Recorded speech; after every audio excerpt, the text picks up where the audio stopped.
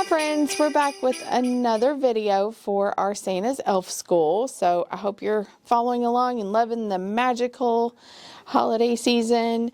And we are, today we're going to talk about how to make one of these little fabric books. This one's called Santa's Friend. We have several over on our website. We've got a couple. This one's Stitcher's Garden. It's actually a canvas book.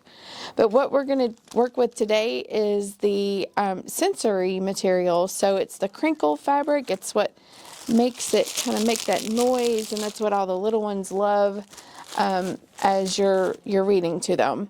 So I've got 2 book pages already ready to go, and we're going to work with our last page. This is the panel. This is what the whole thing looks like.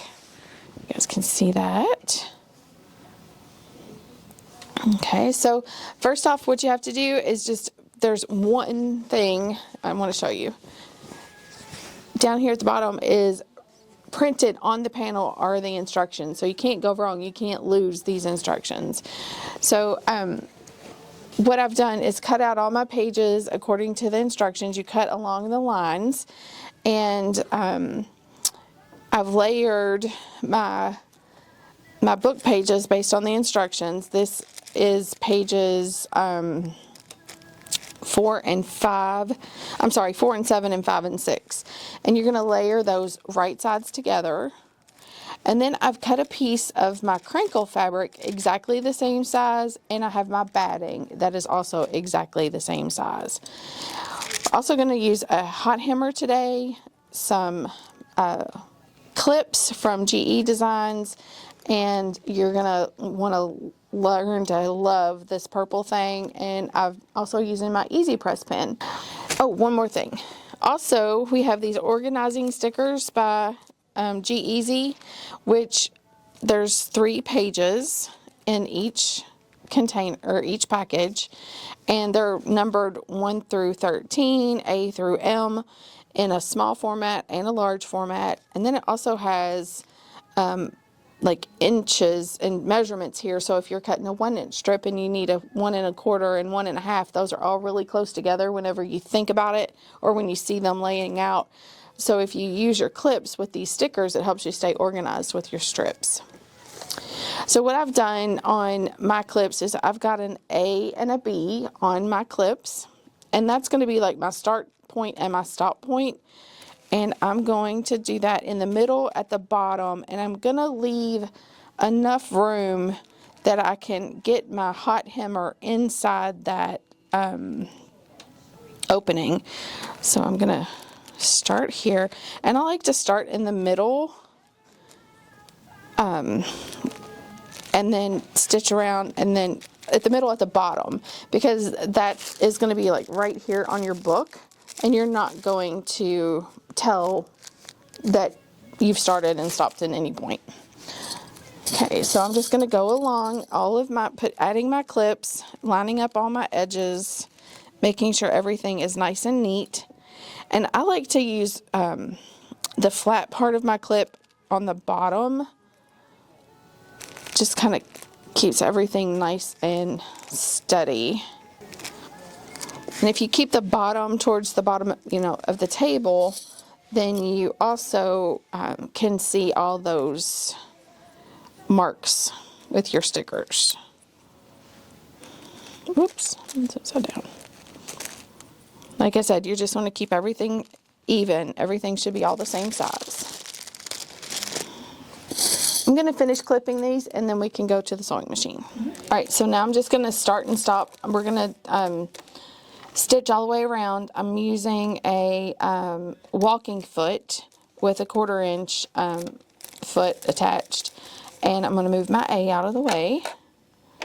And I'm going to give it a little bit of a back stitch at the beginning, just because that's going to be the point where we turn it inside out, and that has a way of popping stitches.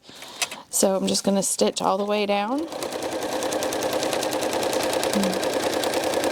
Remove your clips as you go, keeping everything nice and tidy.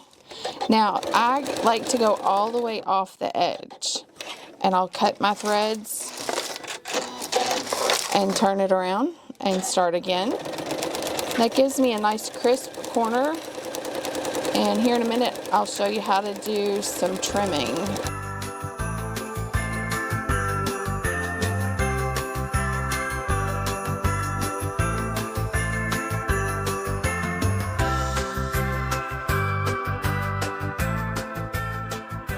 I've got around to my B, that's my stopping point.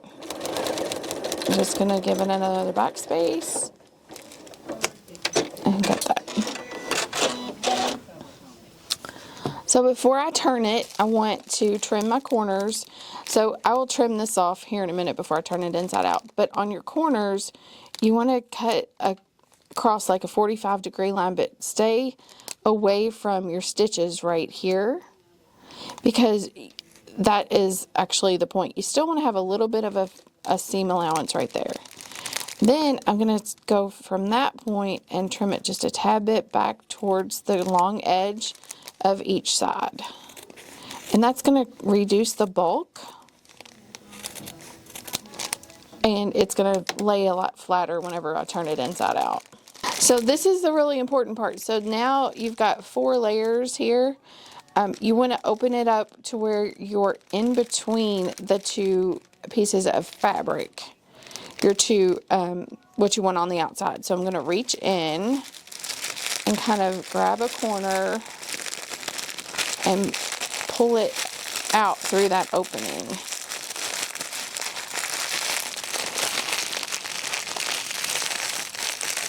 And you just got it. It's like turning a pillowcase inside out. You just got to stuff it all through there. And then put your hand in there and poke out the edges.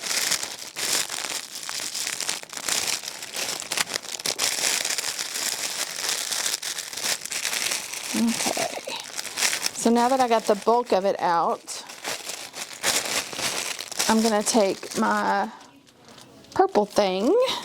See how it has this little curved edge? I'm going to poke it in there, and I'm going to get those corners nice and crisp.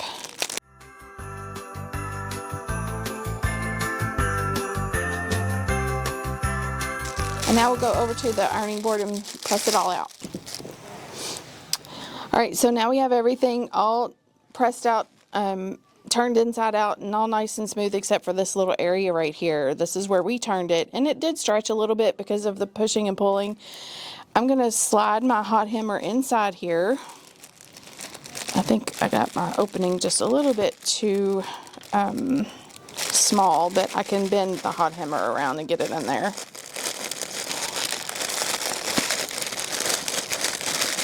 Okay. And then I'm going to turn it around where the flat edge is closest to me and pull it towards the seam as much as I can.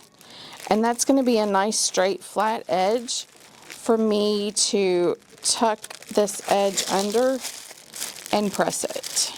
Yeah. Alright, so now I'm going to take my Precision Easy Press pen that we talked about earlier, and I'm going to run that along that seam. And that's going to help me keep a nice crisp point, and it's going to stay there. Look, it's already staying there.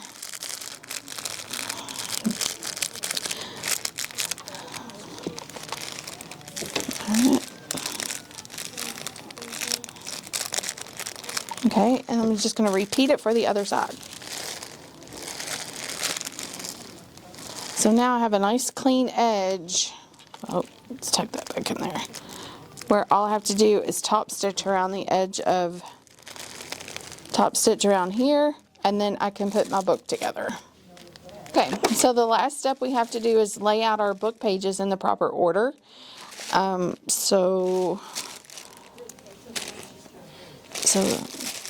Yeah, 4, 3, 4, and 7. Yeah.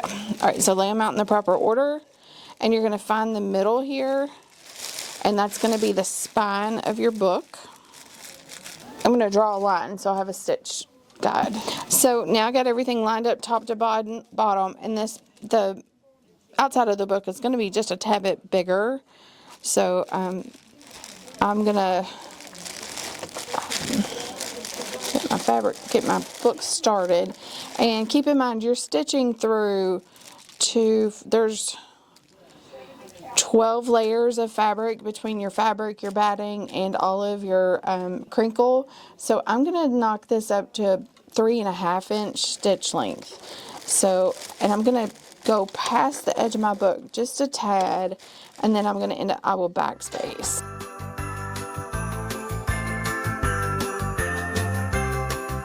Alright, so now make sure you're using a heavy duty needle to sew through all of these layers, and make sure you put a name on who the book belongs to, who you're going to give it to, and it's all set, ready to go.